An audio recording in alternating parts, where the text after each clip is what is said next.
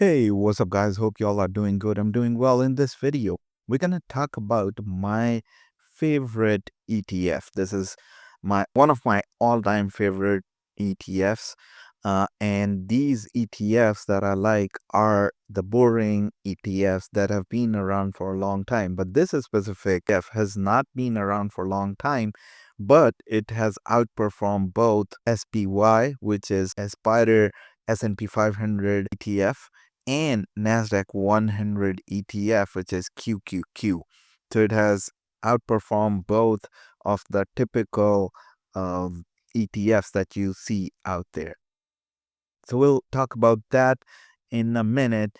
Before that, I just want to showcase my portfolio quickly to show you guys current portfolio value is $225,000. And it's not just to show you guys, but also for myself, because I was comparing 1 year back video, the video that I created, and it was showing some $150,000 in this investing portfolio. So we have grown quite a lot in the past year, and I'm not gonna sweat over it or be worried about it. But the one thing I'm thinking about as I keep on investing at all time high is that I'm thinking to start buying these shares and start selling covered calls on the stocks that are down for the year, and I believe in them long term. I'll showcase those as well. But let me now talk about my one of my favorite ETFs, that is SPMO. So here it is another product of Invesco. Invesco is the same product that brings you QQQ.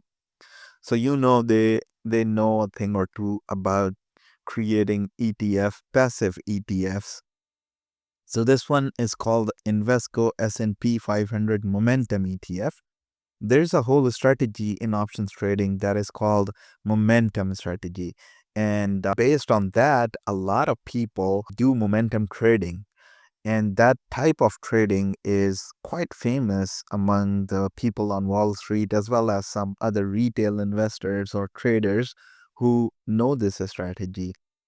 But this ETF is a passive way of investing in that trading strategy. Basically, this year it is up over 22%. And it's not like that this year it is up only 22%. But if you go to 1 year time period, it is up 43.2%. And over 5 years of time period, it has gone over 146%. So I like other ETFs that I have, like AIQ and Berkshire and IDVO. But why is this my favorite among all of these is because it has a strategy built in, first thing. So we are investing in quality stocks that are part of S&P 500, but they also have momentum, meaning if a stock is going up in value, it is likely to go up in value in short term. And that is what basically this momentum ETF captures. And I'll show you guys my holdings in a minute, but you'll see the same trend, and you will see some quite quite recognizable ETF stock names here in this. So what I'm doing here is my average cost. When I first started, my average cost was $106. Now it has gone up to $108.26. But the ETF price itself is gone to 117. So no complaints there. I'm up 8.12%. And this is the result of consecutive 50 days of investment. And my current market value in this is less than 800, which makes less than 0.41% of this entire portfolio. So I'm very slightly invested as of now, but what I'm doing is I'm daily investing in it by $9.09. And with this, I will have another upcoming activity of a buy, which is gonna be a recurring investment. So that's how I'm investing in this ETF, and this is gonna keep coming back. I'm not even paying attention to it. Basically, it's just investing at its finest, basically just passive investing. I don't even see my account value or number going down $9.09 every single day when I invest in that. So now let's talk about its holdings and what and how many. So as you see here, total number of holdings it has is 101. And then just like S&P 500, it has these different sectors covered, unlike NASDAQ, which is almost 50% invested in technology stocks. It has 25% of it in technology. Then we have a financial sector with 18.56, then consumer cyclical and communication service at number 3 and 4. Now, looking at the top 10 holdings, you know all of these names if you have been investing for over a year now.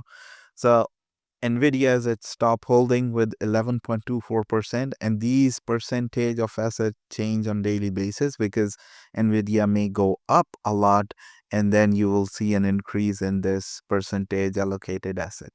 Then Meta, Amazon, Broadcom with ticker symbol AVGO, JP Morgan Chase, Walmart, Tesla, Palantir, which is not in the top 10 stocks on S&P 500, but since it has the momentum, it is part of this momentum ETF with over 3.7% of asset allocation. Then we have Netflix and Costco.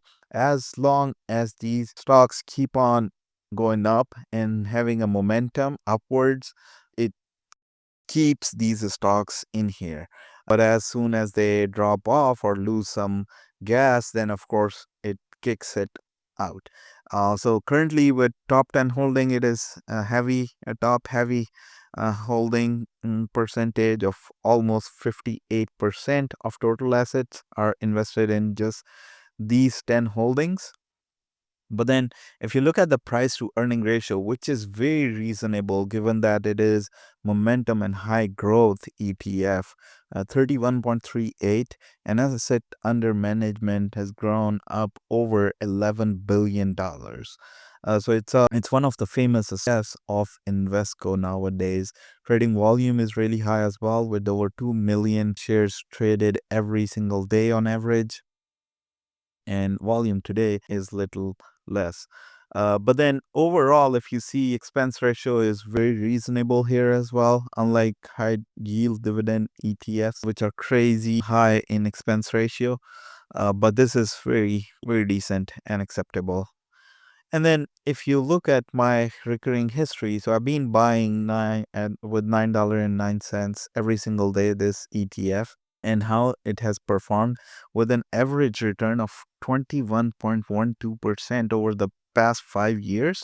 This is why this is one of my favorites out there, because it beats both SPY and QQQ, and I can show you quickly that. So remember, the 5-year return of SPMO is 146.5%. Then we'll go to QQQ and look at this 5% return, which is 114. So quite a big gap there. And with SPY, it's going to be even bigger. SPY 5-year return is 94%. So almost beating it by 0.5%, meaning 50% of the growth. So if S&P 500 grows to $1, SPMO grows by $1.50. So that's amazing rate of return with the balanced PE ratio, and it's not overvalued to my understanding.